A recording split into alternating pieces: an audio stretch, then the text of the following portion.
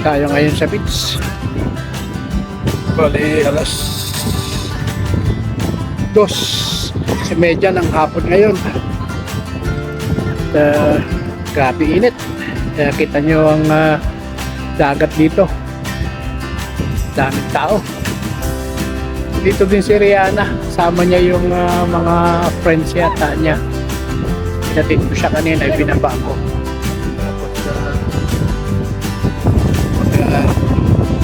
Tapos, grabe na, dami na. Okay, kunti pa rin ito, 2%. Pero, maraming ganito dito. Palipad sana ako ng drone, kaso medyo mahangin. Hindi kakayanin ng drone natin. Kaya ito na lang camera ang gamitin natin. Lalakad-lakad tayo. Okay, yan lang muna.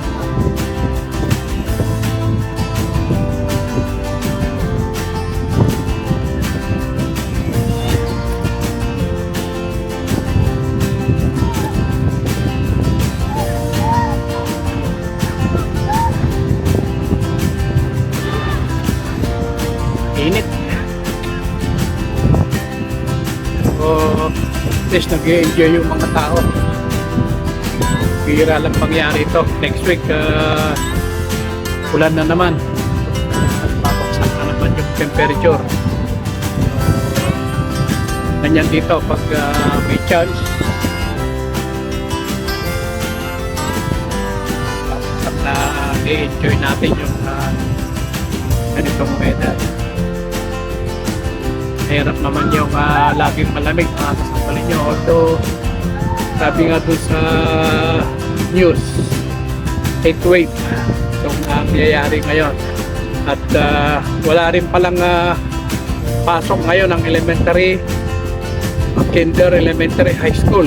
Walang pasok ang kinder, elementary, tsaka high school dahil sa weather. Kaya wala silang pasok ngayon. Bali, Monday na yata ang balik nila. Ewan ko kung ganito pa rin ang weather hanggang Monday. Pero alam ko medyo bababa na yung temperature saka yung humidity. At the moment, ang humidity is 50%. Bali, ang temperature ngayon is naglalaro sa 31 hanggang 34 yata degrees. May mga area pa nga yata dito sa UK na umaabot sila ng 35, 36. So talagang feel na feel yung weather. Baga parang nasa Pilipinas lang, di ba? Enjoy lang. Hindi naman palaging ganito. Sabi ko nga, bihira lang itong mangyari, mga kasampalin nyo. Kaya ito ngayon, maraming tao dito sa dagat. Ewan ko kung anong temperature ng tubig, kung malamig. Kita nyo naman ang daming naliligo.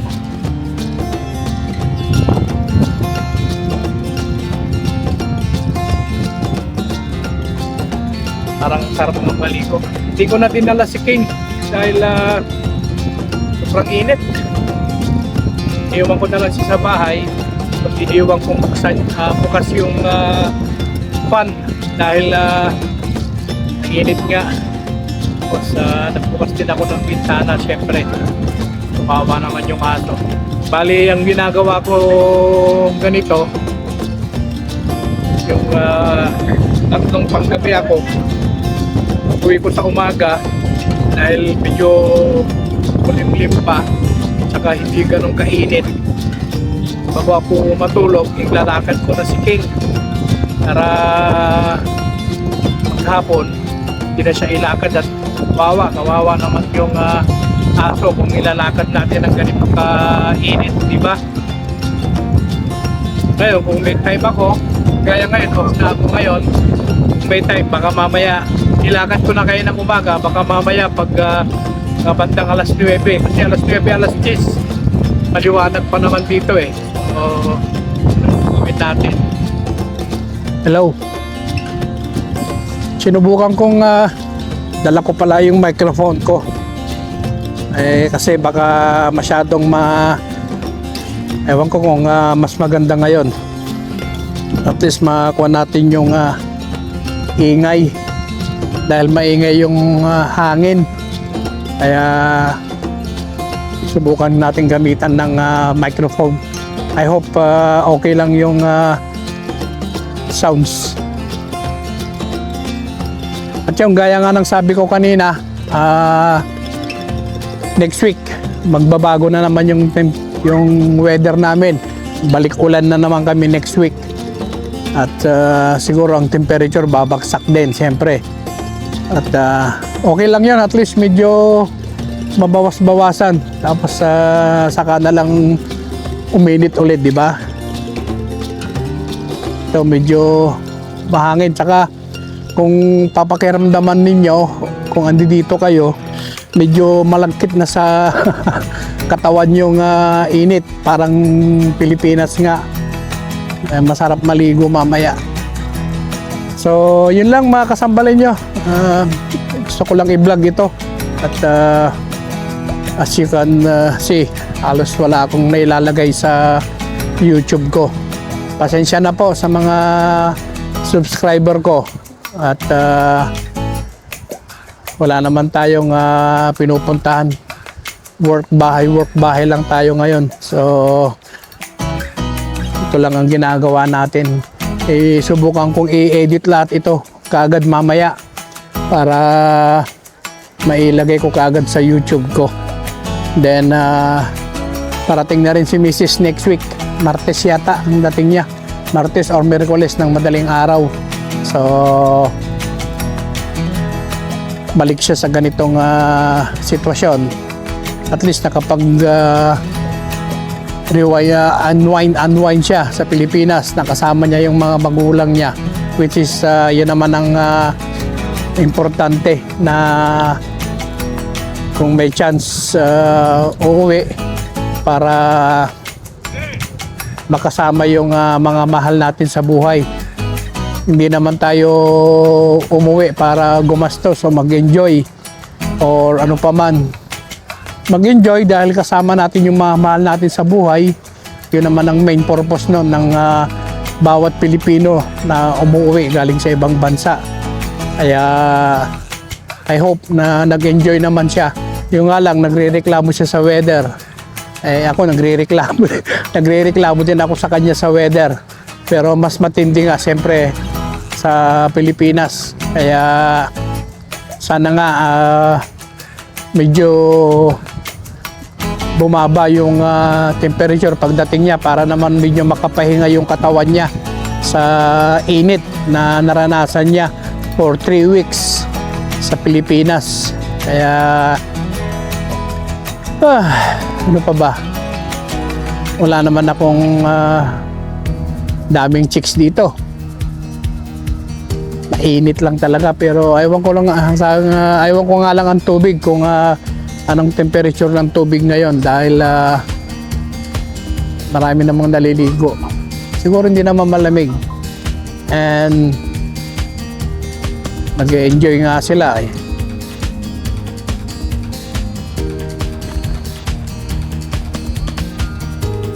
Gaya ng sabi ko nga kanina, si Rihanna nandito rin at nagsabay kami nagpunta rito. Binaba ko na siya at mag-meet sila ng mga kaibigan niya. Kaya ganun ang sitwasyon ngayon. Uwi na lang yan mamaya. Pero ganyan talaga. May mga sarili silang mundo. Kaya ito, mag-isa lang ako. Hindi ko maisama si King dahil mainit. Hindi ko naman maisama si Mrs. at wala naman siya rito. So mag-isa lang akong nagsa-sightseeing na lang tayo. Sightseeing na lang. At saka medyo siyempre i-enjoy natin yung weather, di ba? Medyo mahangin. Kaya mahirap magpalipad ng drone. Saka maraming daming ibon. Alam naman natin yan ang number 1 na kalaban ng ibon. Pero gusto kong kunan mamaya ng drone yung yung bagong ginagawang supermarket nga, yung binablog ko na dati, yung ginagawang supermarket, medyo malapit na yatang matapos. Sabi nila before December mag-open na daw yon, kaya daanan ko bago ako uwi kung pwede ako magpalipad ng drone, kung baka sakaling doon hindi masyadong mahangin, hindi kagaya dito. So tingnan natin. Okay, yun muna mga kasambalin nyo. Mamaya ulit tingnan natin kung saan tayo makarating. Maglakad-lakad lang tayo. Okay.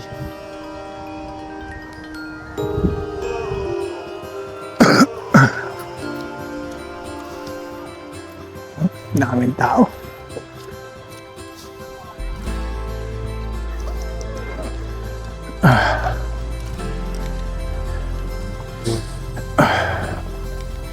May dala akong bag, yung maliit kong bag dahil nga nandyan yung drone.